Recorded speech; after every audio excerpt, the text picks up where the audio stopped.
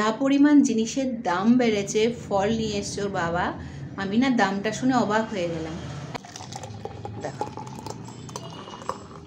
আরো ঘন হয়ে যেত ওই ফল। ওয়েস্ট বেঙ্গলে 2 মাস শীত আর 10 মাস গরম, এই 10 মাস।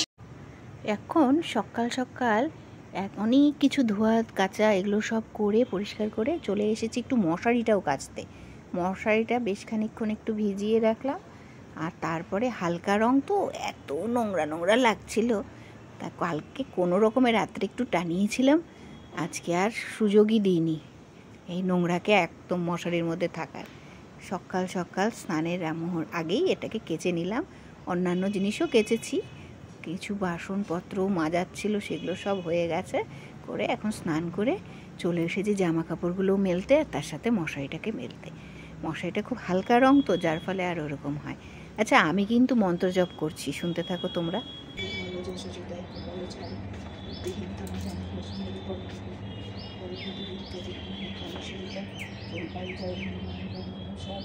জয় কপিস্তি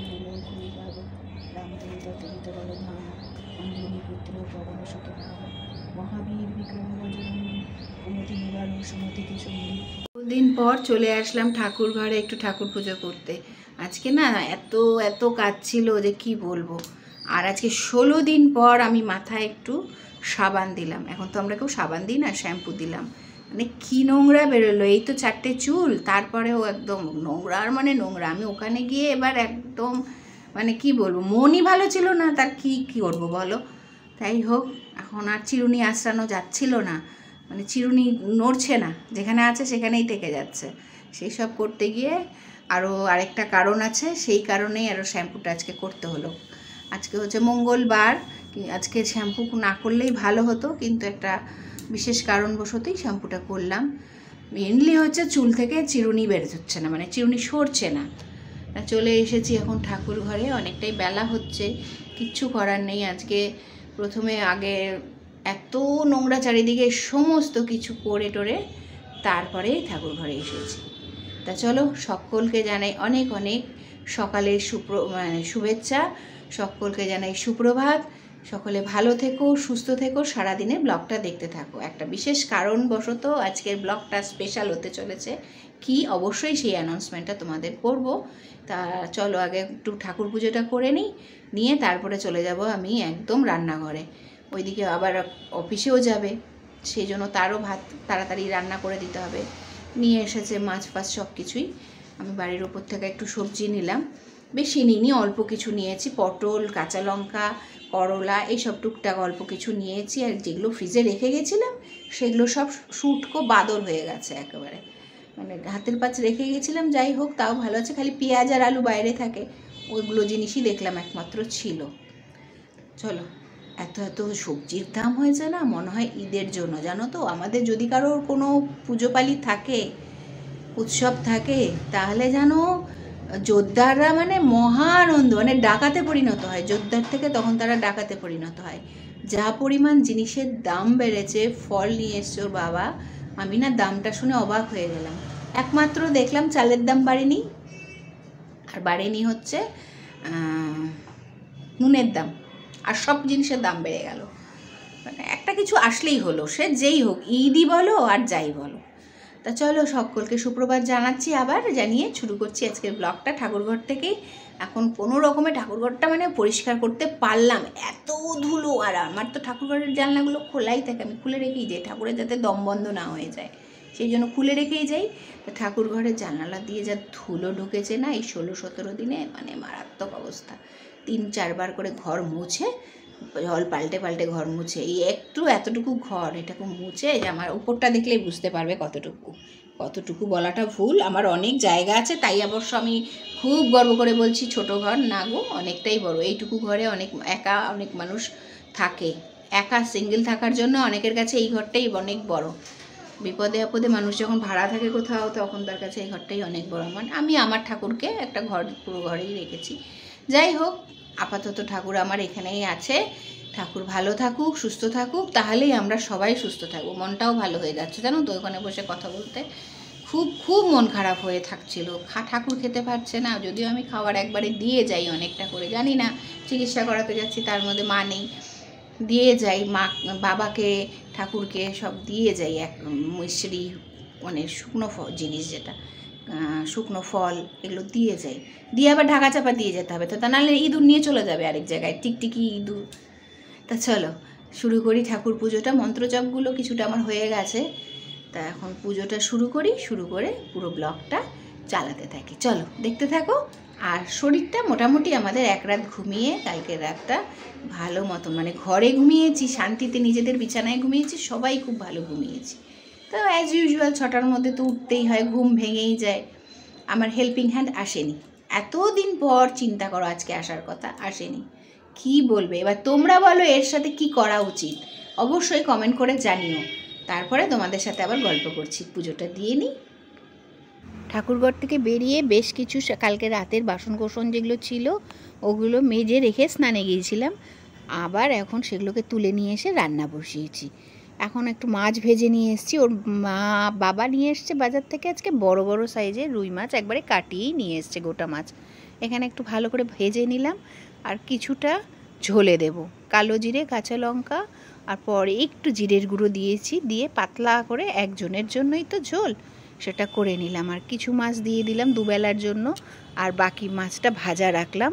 মেয়েও খাবে একবার, আবার দুপুরে ওর বাবা এখন খেয়ে যাবে ডালের সাথে একটু ভাজা, আর তার সাথে এখন করে নিচ্ছি একটু পটল ভাজা। পটলগুলো যা ভালো হয়েছিল না।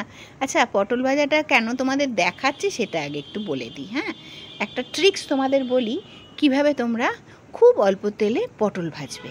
দেখতেই পেলে কতটুকু তেল ছিল, আর আমি এইখানে মোটামুটি আমার মনে পড়ছে যতটুকু, আমি 6টা পটল কেটেছিলাম, তার মধ্যে এখানে আমি 3টে পটল ছোট্ট ছোট্ট করে কেটে দেখো দিয়ে দিয়েছি। এটা যদি লম্বা গোটা অবস্থায় থাকতো, মানে হাফ করা অবস্থায়, তাহলে কিন্তু এতটুকু তেলে আটতো না। পটলগুলোকে মাঝখান থেকেও আবার একটুখানি করে ভাগ করে নেবে, তাহলে কিন্তু খুব কম তেলে অল্প জায়গাতে তুমি পটল সুন্দর করে ভাজতে পারবে। এটা একটা ট্রিক্স বলতে পারো, সাংসারিক জীবনে অনেক কিছুই তো আমরা অভিজ্ঞতা থেকে শিখি, এটা আমার অভিজ্ঞতা থেকে শেখা, তাই তোমাদের সাথে একটু শেয়ার করলাম। আজকের পটলগুলো এত কচি ছিল, একটুকু বীজ ছিল না। দেখো স্মুদি বানিয়ে নিচ্ছি, কয়েকটা কালো আঙুর, বেশ খানিকটা টক দই, এটা একার জন্য বানাচ্ছি, একটু বিট নুন, আর তার সাথে দেব ঠান্ডা জল। ঠান্ডা জল তো না, নর্মাল জল একটুখানি দেব, ব্যাস।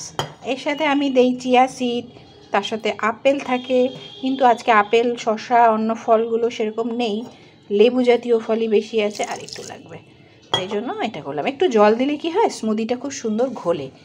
আর এখানে এর সাথে অবশ্যই পড়বে চিয়া সিড। চিয়া সিড তো আমি এসেছি সদ্য, ভিজাতেও ভুলে গেছিলাম, সেই কারণে দিতে পারলাম না আজকে। ঠিক আছে, যা আছে ওই দিয়েই সকালের খাবার, এটা আমার মর্নিং ব্রেকফাস্ট বলতে পারো, এটা হেলদি ব্রেকফাস্ট, গরমের দিনে খেতে আহা বলে দিলাম। তো চলো, দেখেছো কি সুন্দর, কালো আঙুরের জন্য রঙটা পাল্টে গেছে পুরো, আরও ভালো হয়। আরও যে কটা জিনিসের কথা বললাম ও কটা যদি দিতে পারো, দেখো আরও ঘন হয়ে যেত ওই ফলগুলো দিলে, ওগুলো দিলে আরও একটু হেলদি হবে। চলো খেয়ে নিই, এটা স্ট্র দিয়ে খেয়ে নেওয়া যাবে আজকে, কারণ অন্যান্য ফলগুলো দিলে আরও থিকনেসটা বেড়ে যায়, তখন এমনি খেতে হয়।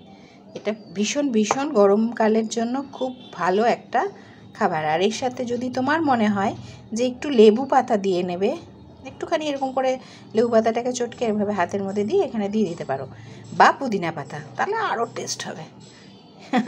খেয়ে নিই। গরমকালের শান্তি, প্রাণ জুড়িয়ে গেল।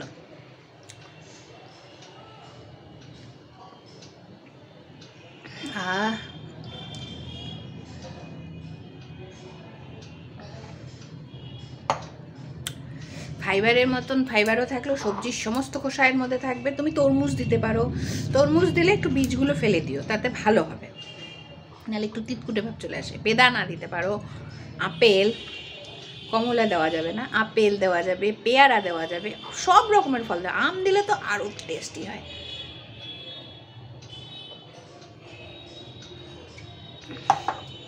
যারা ধরো চিয়া সিড খাও প্রতিদিন, তাদের জন্য এই স্মুদিটা একদম অ্যাপ্রোপ্রিয়েট স্মুদি। দ্যাট মিনস একটা সুন্দর মিক্সচার, যেটা সুন্দর খেতে লাগবে। এটাকে আরও টেস্টিও বানিয়ে ফেলতে পারবে। তবে হ্যাঁ, এটার মধ্যে কিন্তু যেহেতু এটা কেনা দই, ঘরে পাতা দই না, কারণ আমি এখন আর মেয়েকে ঘরে পাতা দই দিতে পারবো না, কারণ আমরা যে দইটা পাতি, আচ্ছা সেটা নয় পরে বলবো। যেহেতু মিষ্টি দই, তাহলে মিষ্টি দেওয়ার কোনো প্রয়োজনই থাকে না, ফলের জন্যই মিষ্টি হয়ে যায়, ঘরে পাতা দইও মিষ্টি হয়ে যাবে ফল থাকার জন্য, আর মিষ্টি না দেওয়াই ভালো। দাঁড়াও, কেটে যাচ্ছে অ্যানাউন্স করতে করতে। চৈত্র মাস শেষ, এখন পয়লা বৈশাখের জন্য অনেক কিছু হবে।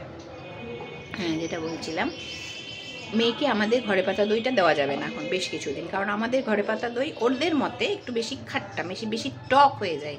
আমরা প্রপার টাইমিংটা মেনটেন করতে পারি না। আমরা যে পাতাটার মধ্যে এবং খাওয়া দুটোর ডিস্টেন্সটা মনে হয় আমাদের একটু বেশি হয়ে যায়, বা কোনো কারণবশত এটা একটু বেশি অন্যরকম টেস্ট হয়ে যায়, মানে যেটা অপারেশনের জন্য খুব রিস্ক।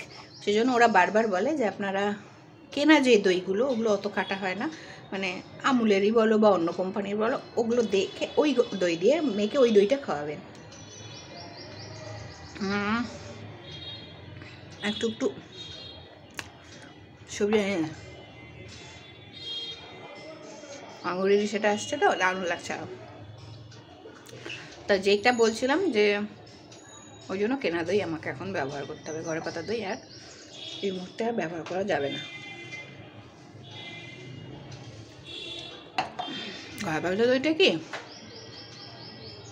একটু টকটক হয়, এটা ঠিক, বেশি টক হয় আমাদের পাতা দইগুলো, কিন্তু আমি সাউথে খেয়ে দেখেছি ওদের কিন্তু দই এত টক হয় না। ওই যে বললাম, মনে হয় কিছু একটা ডিফারেন্স আছে, হয় দুধ আর না হয় আমাদের যে দইটা পাতা হয় এবং যখন খাওয়া হয় তার ডিস্টেন্সটা অনেকটা বেশি মনে হয় ওদের মতে। তা চলো খেয়ে নিই।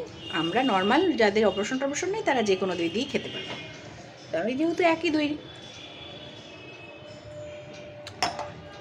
ব্যবহার করছি সেটা দিয়েই বানিয়ে খেয়ে নিলাম। এটা হচ্ছে আমার শীতকাল না বাদ দিয়ে, যখন দইটা পড়ে না ঘরে তখন পাতি না, সেই জন্য দই খাওয়া হয় না। এটা হচ্ছে আমার সারা বছর, এখন তো আমাদের ওয়েস্ট বেঙ্গলে 2 মাস শীত আর 10 মাস গরম, এই 10 মাসের সকালের ব্রেকফাস্ট হচ্ছে আমার এটা।